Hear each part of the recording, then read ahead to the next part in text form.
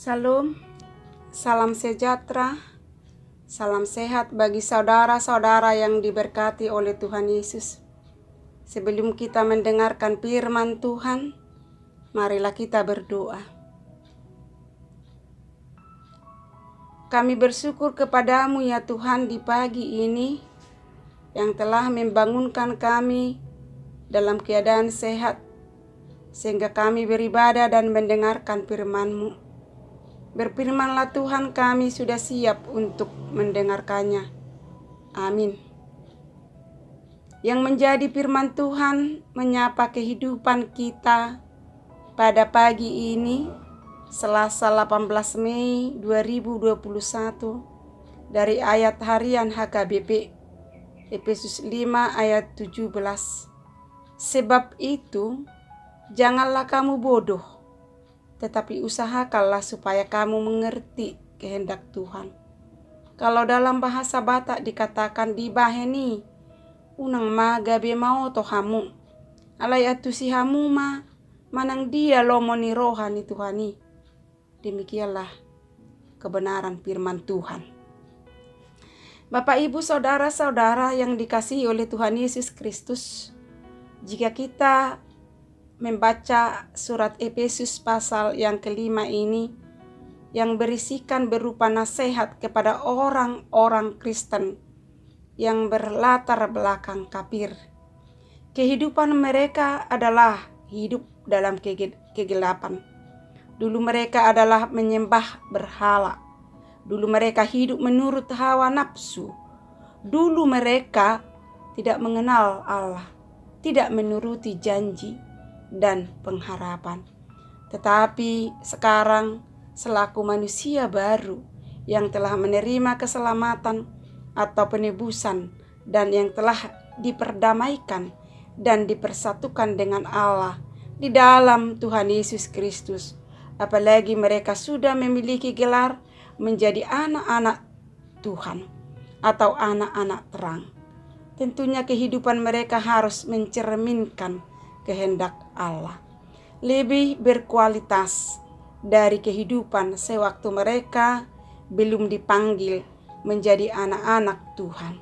Kehidupan yang berkualitas harus dinampakkan dalam segala segi kehidupan di tengah-tengah persekutuan, baik itu di gereja, baik itu di rumah tangga, dan dalam pergaulan maupun di dalam pekerjaan sehari-hari.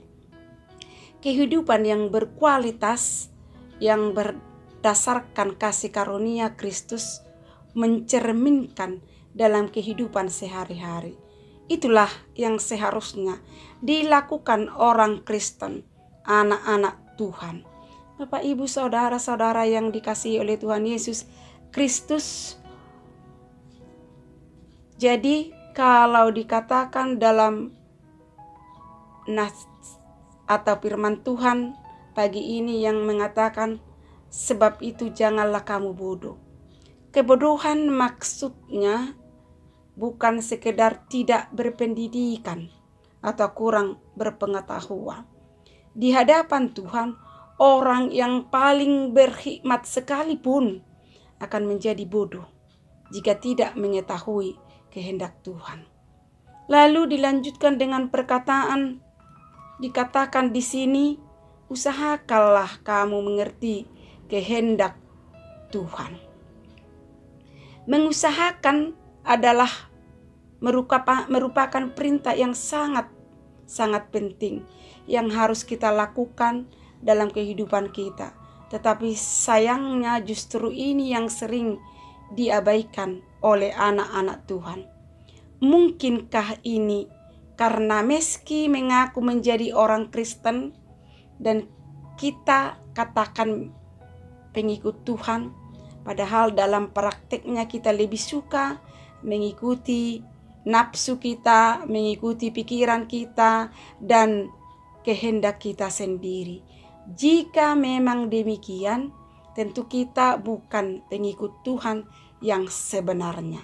Sebab jika Tuhan yang harus mengikuti cara berpikir kita dan bukan sebaliknya, maka kita masih memegang kendali atas kehidupan dan menjadi tuan atas kehidupan kita sendiri.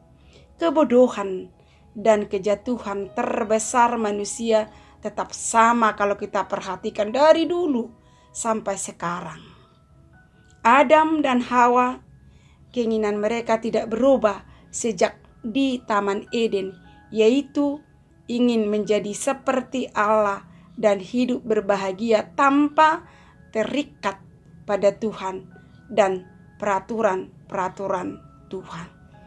Tidak heran jika iblis tetap berhasil menipu manusia dengan manipulasi firman Tuhan demi kepentingan manusia, sehingga manusia merasa telah melakukan yang benar, padahal sama sekali tidak, justru hanya melukai hati Tuhan.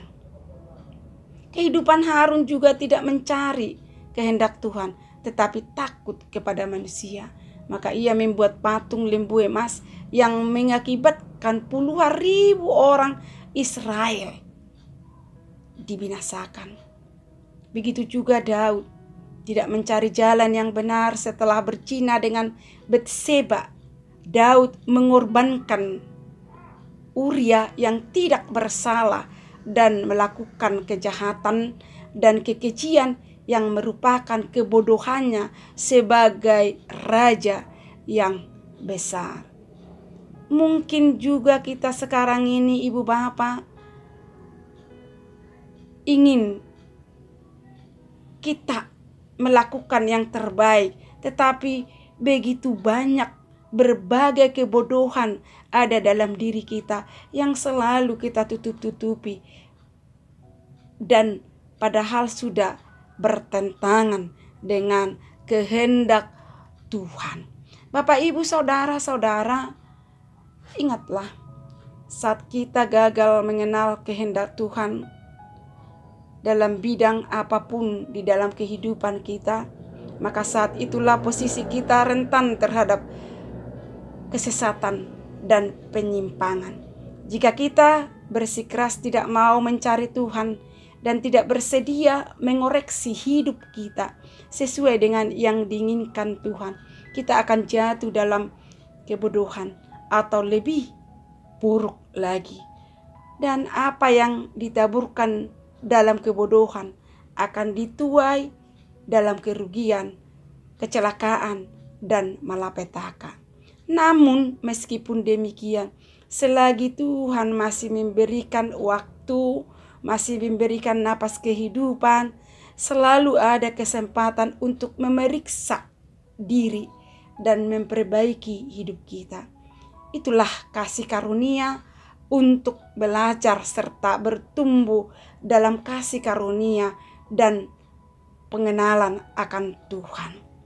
Dan akan jauh lebih baik kita belajar mengenali kehendak Tuhan dan taat kepada perintahnya. Bapak, ibu, saudara-saudara yang dikasihi oleh Tuhan Yesus Kristus,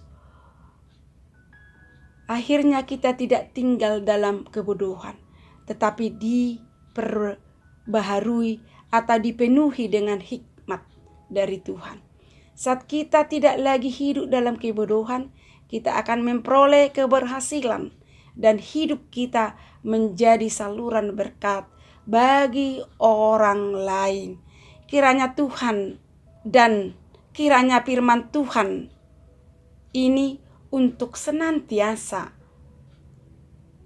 memperbaharui diri kita menjadi orang-orang yang lebih baik, menjadi orang yang berhikmat, sehingga kita mampu mengetahui kehendak Tuhan. Amin. Kita berdoa. Bapa dalam surgawi, kami bersyukur menerima firman-Mu yang mengingatkan kami supaya kami dapat melaksanakan firman-Mu Tuhan di tengah-tengah kehidupan kami. Kiranya kami berhikmat dan mengerti apa yang terbaik kami lakukan dalam hidup kami. Terima kasih firman-Mu yang menguatkan kami di tengah-tengah perjalanan hidup kami, supaya kami jangan meragukan kekuasaan-Mu. Karena Tuhan, hanya Engkaulah tempat pengaduan kami. Tuhan melihat apa yang kami alami, begitu banyak problema yang kami hadapi, terlebih di masa pandemi yang belum berakhir sampai sekarang. Tolong selamatkan bangsa dan negara kami Tuhan. Pulihkan keadaan kami supaya pulih seperti sedia kala. Berkati jemaat Tuhan dalam melakukan pekerjaan aktivitasnya di sepanjang hari ini. Terkhusus kami bawakan dalam doa dan permohonan kami, saudara-saudara kami yang sakit. Ulurkanlah tangan-Mu Tuhan, dan tolong Tuhan sembuhkan, supaya mereka bisa kembali beraktivitas. Terpujilah Tuhan. Hanya di dalam nama Tuhan Yesus Kristus kami berdoa dan mengucap syukur. Amin. Anugerah Tuhan Yesus Kristus, kasih Allah Bapa, dan persekutuan Roh Kudus menyertai kita sekalian. Amin. Selamat beraktivitas dalam satu hari ini. Tuhan Yesus memberkati. Shalom.